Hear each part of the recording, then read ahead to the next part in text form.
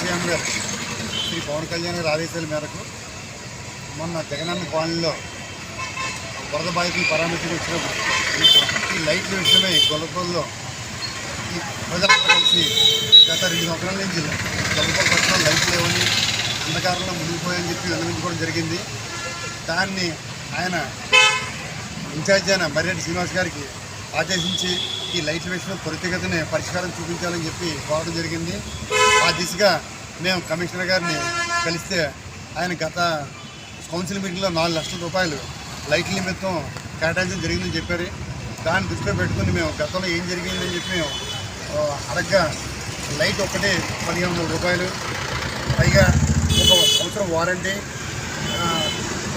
20 watts light fitting charge 300 అని చెప్పి తెలియజేయడం జరిగింది. దాన్ని మేము బయట మార్కెట్లో అందరినీ ఎంక్వైరీ చేసి జెన్యూన్గా మా జన సైనికులందరూ కలిపి మేము బయట మార్కెట్లో ఎంక్వైరీ చేసినంత 546 రూపాయలకే కొత్త లైట్ ఇవ్వడం జరిగింది. అలాగే 30 వాట్స్ లైట్, అది 2 ఇయర్స్ వారంటీ, అది కూడా పీస్ టు పీస్. అలాగే లైట్ ఫిట్టింగ్ కూడా 150 రూపాయలకి మాట్లాడడం జరిగింది. అంటే చూడండి, గత ప్రభుత్వంలో వీళ్ళు వేసిన లైట్లకి ఇప్పుడు లైట్లకి కూడా డిఫరెన్స్ ప్రజలు గమనిస్తారని చెప్పి ఈ సందర్భం కోరుకుంటున్నాం. దీన్ని మీరు రాజకీయం చేయొద్దని చెప్పి నా మనవి. దీన్ని ఏంటంటే ప్రజల సంక్షేమ ధ్యేయంగా మనం ముందుకెళ్తున్నాం కాబట్టి ఈ కూటమి ప్రభుత్వం అన్ని అవసరాలు కూడా ముందు కూడా తీర్చాలని చెప్పి ఈ సందర్భం తెలియజేస్తున్నాం. దయచేసి దీంట్లో ఏ స్వార్థం ఎవరికీ లేదు. దీన్ని రాజకీయం చేయొద్దని మరొకసారి నేను కౌన్సిలర్ అందరినీ కోరుతున్నాను. తర్వాత ఇంకోటి ఏంటంటే, మీరు ఈ కమిషనర్ గారిని డౌన్ అని ఆయన సస్పెండ్ చేయాలని చెప్పి స్లోగన్లు ఇచ్చారని చెప్పి తెలిసింది. దీంట్లో కూడా ఆయన ఏ రకమైన స్వార్థం లేదు. మన డిప్యూటీ సీఎం ఆదేశాల మేరకే ఇవన్నీ చేయడం జరిగింది. దయచేసి ఏంటంటే, ఇదే లైట్ల విషయం గతంలో 5 లక్షల రూపాయలు జగనన్న కాలనీకి అని చెప్పి పేరు చెప్పి డ్రా చేశారు. అలాగే 1 లక్ష రూపాయలు డ్రా చేశారు. ఇలాగే చాలా వరకు ఏంటంటే ఇక్కడ కూడా ఈ జనరేటర్లు కానీ మోటార్లు రిపేర్ అని చాలా రకాలైన సమస్యలు లేవనెత్తి ఈ అధిక మొత్తంలో డ్రా చేసి ధనాన్ని దుర్వినియోగం చేయడం జరిగింది. ఇవన్నీ కూడా ఈ పబ్లిక్కి తెలియదు. దాన్ని ఏంటంటే ఈ కలెక్టర్ గారు దృష్టిలో పెట్టుకుని దీన్ని ఏంటంటే ఎంక్వైరీ కూడా ఒక ఏమని చెప్పి నేను కోరుకుంటున్నాం. ఈ ప్రజాప్రతినిధులు చేసిన ఈ దుర్మార్గమైన ఈ కరప్షన్ కూడా దీన్ని ఇక్కడితో ఆపాలని చెప్పి ఈ సందర్భంగా మేము మనం చేస్తాం. మీటింగ్లో వాళ్ళ ప్రవర్తన చాలా వరుసగా ఉంది. ఎందుకంటే కమిషన్లకు పుచ్చిపోయిపోవడం వల్ల ఈ ఇబ్బంది వచ్చింది. వాళ్ళు ఇంకా బాడీ ఏదో చేసేద్దామని ఆలోచనలో ఉన్నారు, ఏమీ చేయలేదు. పవన్ కళ్యాణ్ గారు ఇక్కడికి వచ్చిన తర్వాత మేము బోర్డని కార్యక్రమాలు చేసాం. ఈబీసీ కాలనీలో ట్యాంక్ శుభ్రం చేయించి నీళ్ళు ఇవ్వడం జరిగింది. ఆ నీళ్ళు ఇచ్చి బాధ్యత మేము తీసుకుంటే ఆర్టీ బాధ్యత ఆడ తీసుకున్నాం. అలాగే ఎస్సీల రుద్రపు మేము తయారు చేయిందంటే దానికి అడ్డేటి వాళ్ళు ఆగిపోయారు. వైసీపీ నాయకులకి ఏమన్నా దమ్ము ధైర్యం ఉంటే చర్చకు రమ్మానండి.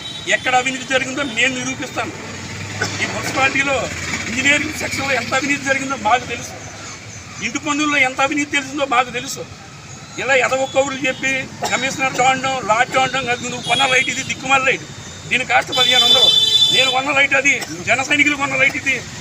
రేట్ ఎంత ఏరియాస్? ఇది సంవత్సరం, ఇది 2 సంవత్సరాలు, 20, ఇది 30. ఏది పెడితే అది మాట్లాడేసి రోడ్డు ఎక్కాడు, చెత్త పనులు చేయడం. మీరు పెద్ద మనుషులు అనుకుంటారు, చేతకంటే సన్నాసులు అని చెప్తున్నాను. ఎందుకు చెప్తున్నానంటే, మీకు ధైర్యం ఉంటే రండి, చర్చకు కూర్చుందాం. ఎక్కడికైనా సరే మీరు దమ్ముంటే రండి, కౌరెట్టండి. మా పెద్దలకి ఎవరైనా కౌరెట్టండి, మీరు మేము కూర్చుని మాట్లాడుకుందాం. అభివృద్ధిని చూసి ఏడుస్తున్నారండి. 10,000 రూపాయలు ఎన్నే పడ్డది కుటుంబానికి, వరదల్లో ఉన్నవాడికి. రైతులకి డబ్బులు అంటే ఇంతకంటే ఏం చేయాలి?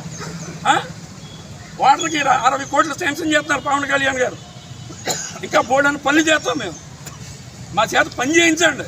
మీరు చేయలేకపోయారు కాబట్టి కూర్చుని ఉండండి. పబ్లిసిటీకి మాత్రం ప్రయత్నం చేయకండి. ఎందుకు చెప్తున్నామంటే, పవన్ కళ్యాణ్ ఇక్కడ మేము తప్పు చేసినా తాడు తీసేస్తాడు, మీరు తప్పు చేస్తే బొక్కలో వేస్తాడు.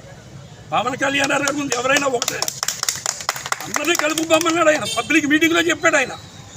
పెద్ద మనసు చేసుకుని ఎలక్షన్ అయిపోయింది, ఎవరికైనా పని చేయండి, మీరు రాజకీయాలు ఇంక వదిలేయండి అని చెప్తుంటే మీరు ఇంకా రాజకీయం చేస్తున్నారు. నువ్వేం చేసావు?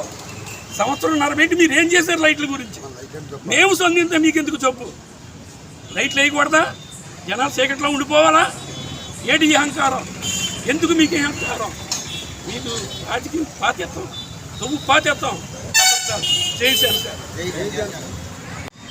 కౌన్సిల్ మీటింగ్లో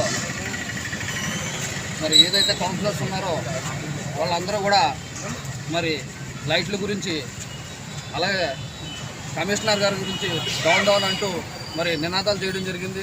మేము ఒకటే చెప్తా ఉన్నాం, మరి ప్రతిపక్షం అంటే ప్రజల పక్షాన పోరాటాలు తప్పితే మరి ఏ రాజకీయ ప్రక్రియలో మీరు మాట్లాడడం అన్నది మంచి పద్ధతి కాదు.